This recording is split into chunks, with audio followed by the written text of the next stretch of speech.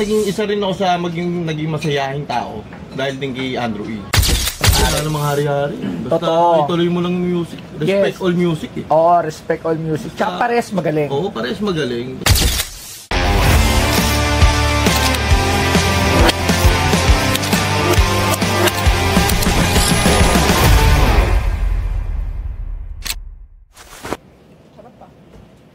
Uy!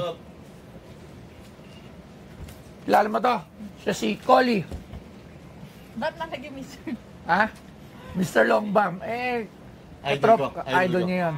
3 points eh. Ayan. Alam mo ba, isa rin ito sa napaka-controversial din ito, Collie. Lagi pagbardagulan to pagdating sa... Hindi ako yun. Mga admin ko yun. Mga admin. Oo, mga admin. Mga admin. Sila admin 46 yun. Yung mga ano. Admin 46. Ngayong kaharap mo, ito yung original. Ikaw yung original. Yung mga nakipagbardagulan. Mga admin ko yun. Admin mo lang Parang yun. ikaw din, di ba? Mga admin. Oo. Anong dala mo? Isa sa makasaysayang tape na akala nila ako'y isang hater or basher ng isang hari. Alam ko na yan. Para alam mo lang, Labs, kasi hindi mo alam. Si Collie kasi, lagi siyang napapaaway sa social media. Nagsasagutan sila ng mga donggalo.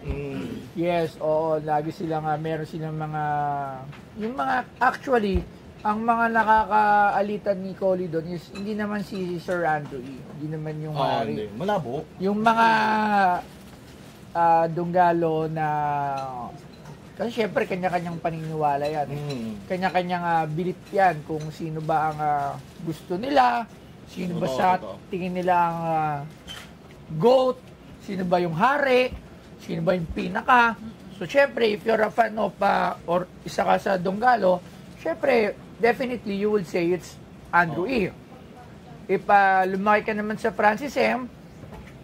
Francis M.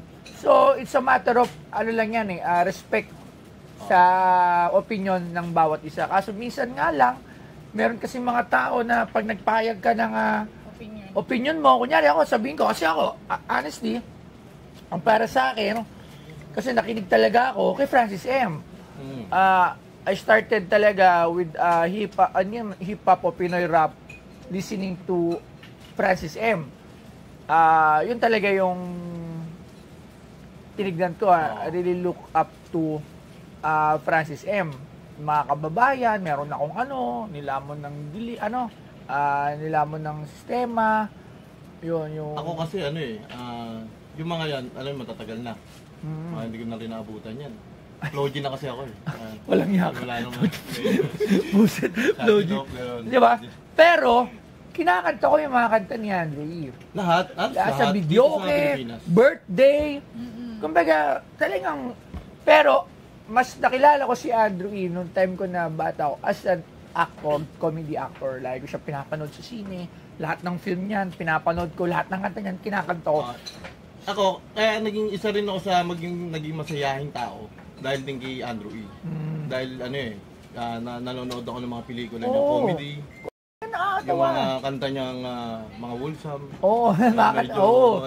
Ano siya, actually, in-idol ko si Andrew when it comes to music Yung mga una ko, nung dati pa, wala pang Pinoy Pornstar, gusto ko medyo naughty side. Kasi in-idol ko si Andrew when it comes to sa ganun kasi ng music. Pero, sa narinig ko talaga sa mga lyrics, rap, music, si Francis M yung nakasanayan ko. Pero nung lumaki nga ako, si Andrew din talaga, hindi rin pwedeng mawala. So, it's a different, hindi mo sila pwedeng i-compare Sila nga, hindi sila nagko-compete Di ba? Sabi nga, dalawa silang hari or walang nagkiklaim sa kanila kung sino yung hari. Wala namang hari-hari. Basta ituloy mo lang music. Respect all music Oo, respect all music. Tsaka pares magaling. Oo, pares magaling. Basta pag kumakanta kayo na yun. Oo. Actually, ang hindi ko lang talaga sinabutan dyan, yung Pooch.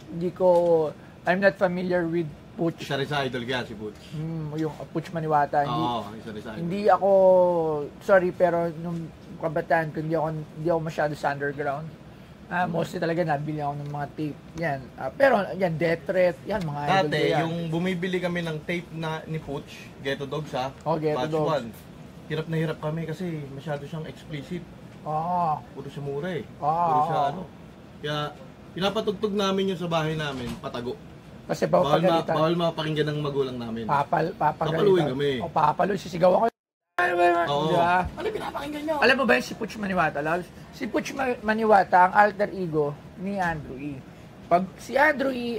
Nasa pelikula, doing his music na mainstream yung... Si Andrew ito kilala ko. Oh, pero pagdating ng underground, siya si Putch Maniwata. Okay, so parehas idol, Francis M. and Andrew. Ayun yung alter ego na tinatawag. So ayan, para lang malinaw kasi 'di ba?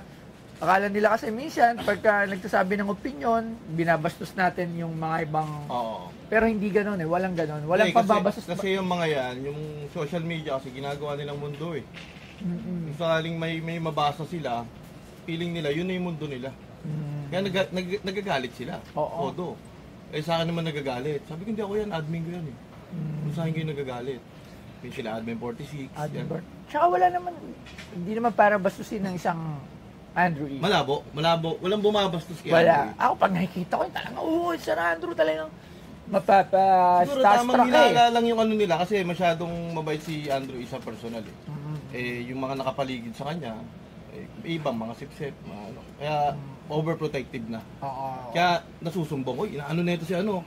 Konting maling mabasa lang nila na O kunyari, pag sinabi lang nila Francis M. ang hari ko, Oo. akala nila nababastos si akala nila Andrew E. nababastos. Iba yung opinion yan. Hindi po yung pambabastos. Hindi nila mapiplease lahat ng tao. Yes, opinion din lang yan nung may kanya-kanya tayong idol eh. Katulad ngayon, sa generation ngayon, ako, sabi ko, like ko sinasabi kay Papa Archie, kay Flo G, sabi ko, di ba, dati pa, ex-wife ko, Papa, sabi ko, darating yung time, magiging number one ka, ikaw yung magiging pinaka dito when it comes to music.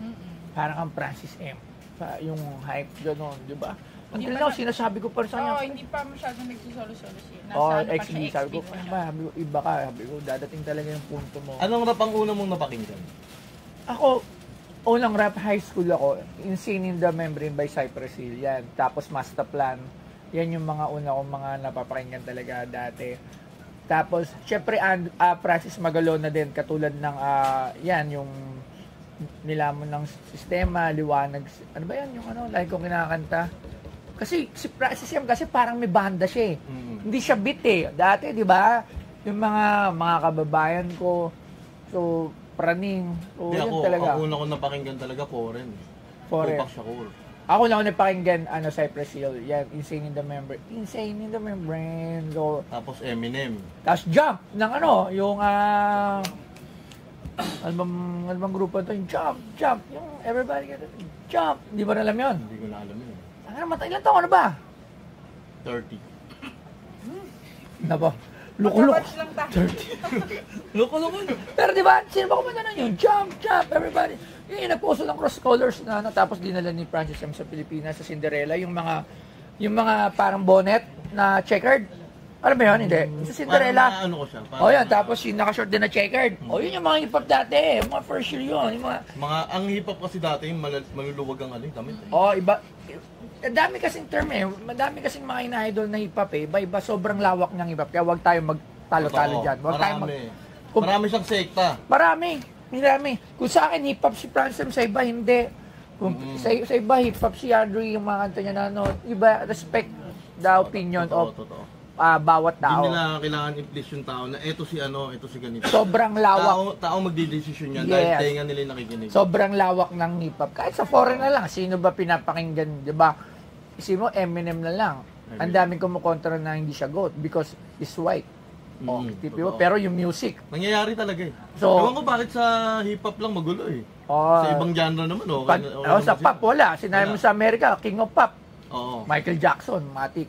So sa hip-hop kasi sobrang dami din kasi talagang magagaling.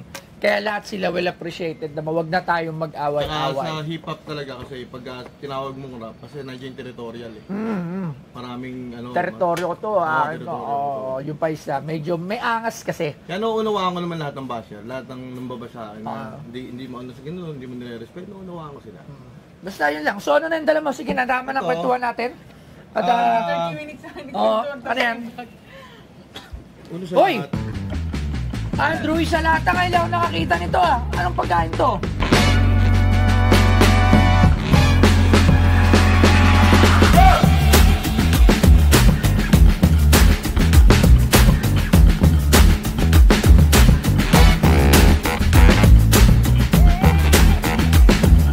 Si Andrew Ford Valentino Espiritu, ipinanganak noong 30 Hulyo 1967, ay isang Filipino rapper, record producer, aktor at komedyante. He is best known for his 1990 debut hit single Humanap Ka Ng Pangit. Nagtatag siya ng kanyang record label na pinangalanang Don Gallo Records mula noong 1997 para sa aspiring rapper. Ang Have a Wholesome Christmas album ay inilabas noong taong Setyembre 28 ang nasabing album at may kakaibang packaging at ito ay nakalagay sa lata at ito ay naglalaman ng nanglabing isa na tracks na kantang pamasko.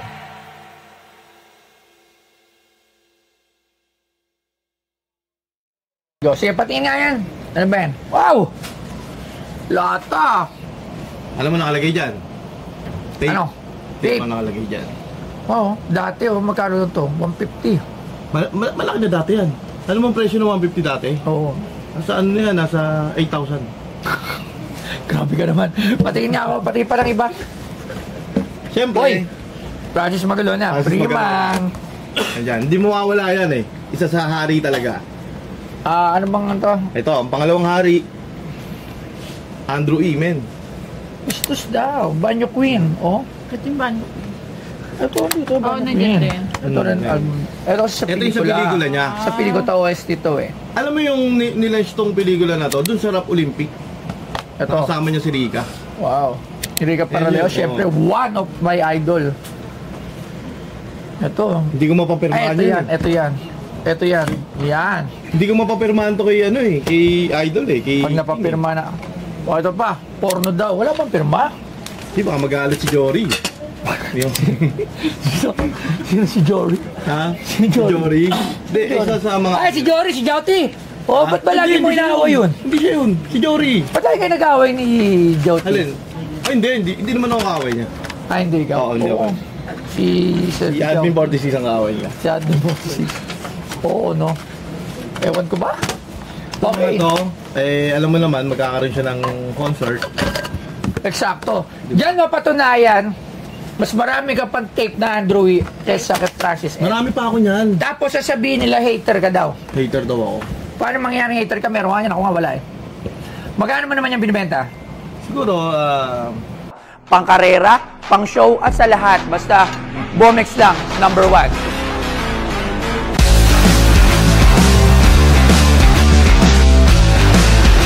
Pag ito nakakabit sa motor nyo, kalokohang hindi mapapalingon. Kaya kung may angkas yung kasabayan yung motor tapos hindi siya naka-Bomex, lilipat ang jowa nun. Pasok to sa lahat ng konsepto na nais nyo. At pwedeng pang-trabaho, pwedeng pang-karera, at pwedeng pang-show. Dito lang yan sa Bomex. Si Toy Tumamen, geng, Bomex.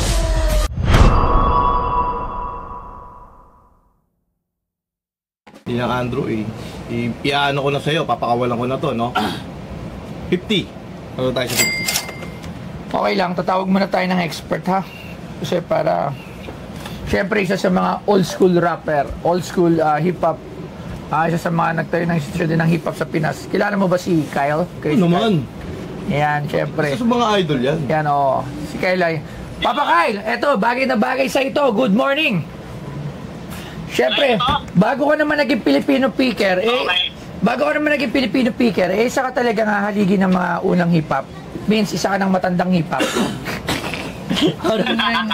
Alright. So, nandito si... dito si Collie. Kuya Kyle. Oy! What's up? At may dala siyang... What's up? Andrew E. Ano yan? Andrew E. Lata. Alam niya Kasama niya to. Marami siya niyan. Cassette tape. Okay. Freeman. Okay. Andrew E. Without signature. Wow. Ang ganda ng Banyo Queen kasi pwedeng papirmahan pati kay Ma'am Maui Taylor. Rika Paralejo. Ay, sorry. Rika ba yan? Si Rika Ikaw si Maui Taylor ang pinag-imaginan mo nun ha. Ako si Rika. Nakasama natin doon sa kamahan. Oo. Oo, ganda niyan. Ang ganda. Ito, bilang isa ka sa mga... Ito, special edition nga oh. Sakto Pasko oh. Alam mo to? Oo. Ito sa lata, ngayon lang ako nakakita nito. Yung lata, hindi ako familiar kung ano yan eh. Ano ba siya? Eto, kasama. Nagayon siya ng tape. Kasama sa package, nakalagay sa tape. Nasa loob, okay. Ewan ko. O baka nilagay lang to. Familiar ako, ang paborito kong kanta ni Kuya Andrew na Christmas is yung Kagat ng Aso. Andito. Yung, ano, Ayan. Eto, nandito. Oo. Eto nga siya, special package eh. Nakaganyan daw siya, oh. Ayan. Astig. Astig yan. Wala ka nito. Astig yan, astig yan. Wala ka nito, Sir Kyle. Christmas. Wala ko dyan, wala ko dyan. Ay. Nagpasign ako kay Idol Andre ng madaming tape eh. Pero yan, wala ako dyan. Wala ako dyan. Sorry. Hindi ako nakapagpasign. Sorry. Ako lang meron nata itong dilata na to. Oh, ha? So ngayon, Sir Kyle, magkano? Hindi ko sa next auction. Oh, Sir Kyle, magkano?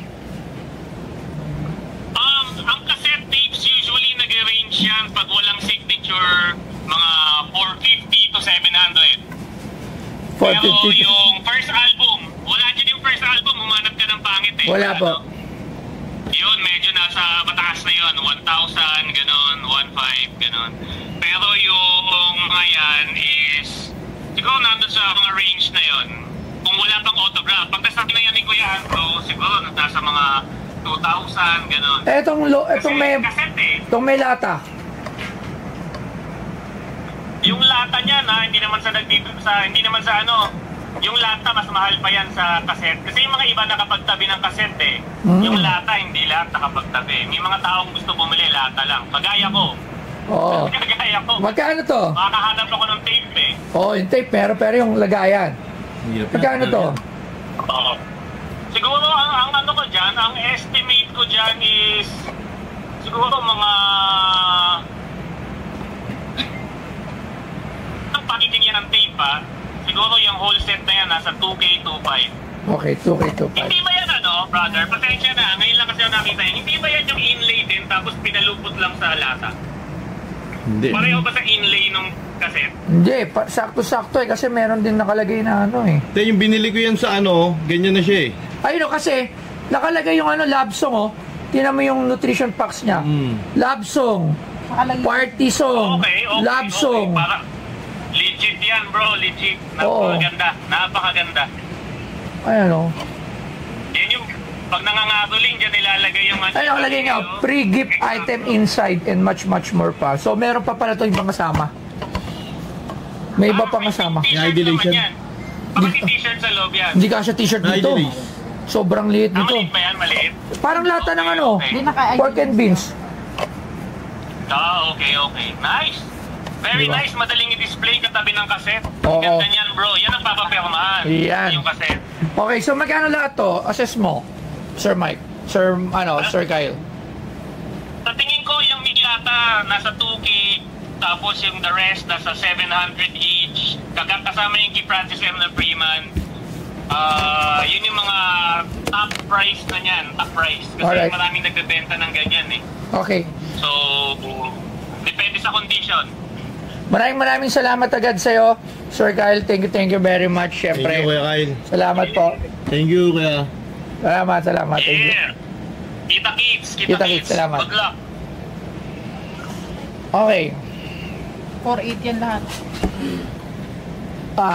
30,000. Siyempre, tatawad. Hindi na ako tatawad. 5,000 para sa lahat. Siyempre, Andrew yan eh. Hindi ko lang talaga ma-tsempo to, papapirma ko talaga to. Nakabang kasi si Jory. Hindi, ganyan kasi ang ano eh.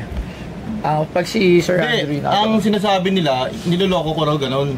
Idol mo eh. Siyempre pag idol mo, gagayahin mo. Ganun kasi si Andrew lagi lahat ng picture. Hindi. Ako, geng-geng eh. Di ba ganyan? Kasi Kuya Drew ganon. Ganyan. Ako kasi ganyan. Blind rhyme yun eh. Blind rhyme. Oo, Blind rhyme. Yes, oo. Yung puzzle, ito yung puzzle. Pagka ginanyan mo yan. Blind rhyme. Alam mo naman, blind rhyme naman ako dati na mga tropa ko. Blind rhyme yan, kaya nakaganyan ako. Pagka pinagdugtong mo yung puzzle, blind rhyme yan. Blind rhyme, tama. Ang galing mo doon ha. Dali mo. 5,000. Hanggang doon lang ako. Di na agad tayo. Baka pwede natin dagdagan kasi. Huwag na. Para sa mga... Sabi kasi ni Sir Kel, 5,000 lang talaga. Hindi, 4.8 nga lang eh. Hindi, bilang Andrew kasi. Papapirmahan ko to kasi lang. So sana mapapirmahan ko to. Ito napaganda. Ako hindi ko kaya mapapirmahan eh. Napakatawa ni Jory. Para wala tayong pagkatalo. Dahil natuwa ako rito. Sa tingin ko, it's way much more higher if talagang wala nang ito. Matutuwa si Kuya Drew dyan. 10,000. Okay na ako. 10,000 deal. 10,000. 15. 10,000 din natutuwa. Kasi baka mas mahal to kung wala talaga nito. 10,000. 15K. 10,000. 10K. 10,000. Ano? Ilak ko na? Oo, 10,000. Ba't ganyan? Blind ranks. Hindi, para tumas naman 15K. Hanggang 10,000 lang ako. Sige, pwede na yan. Para may pang-sweldo ako sa... Okay. 10,000 pesos. Maraming salamat. Salamat sa lahat ng mga... Maganda na to. Ay, tama na. Baka may sabihin ka pa. Oo, sa lahat ng mga ano natin dyan, mga basher natin dyan. Ano nyo na? Unawain nyo na lang. Ito, idol nga eh. Ganda. Ganda. Salamat. Susunod may plakay ako na Andrew. Hello. Yo, ngayon, siyempre, ang inyong lingkod, Collie Tugista, 187 Mobstars, Baby Boys. At nabili na po ni Papa Toyo ang aking binenta sa kanya mga tape. Alam niyo naman, sa mga nagsasabi na ano ako ni Kuya Drew, sinasabi basher ako, nagkakamali po kayo. Hindi po ako basher. Isa po akong fanboy. No? At sa lahat, syempre, maraming salamat sa Pinoy Pawnstar dahil nabili nila ng 10K. At meron na akong pampasweldo sa aking mga admin, lalo na kay Admin 46. Thank you very much. At hanggang sa muli, Pawnstar. Salamat.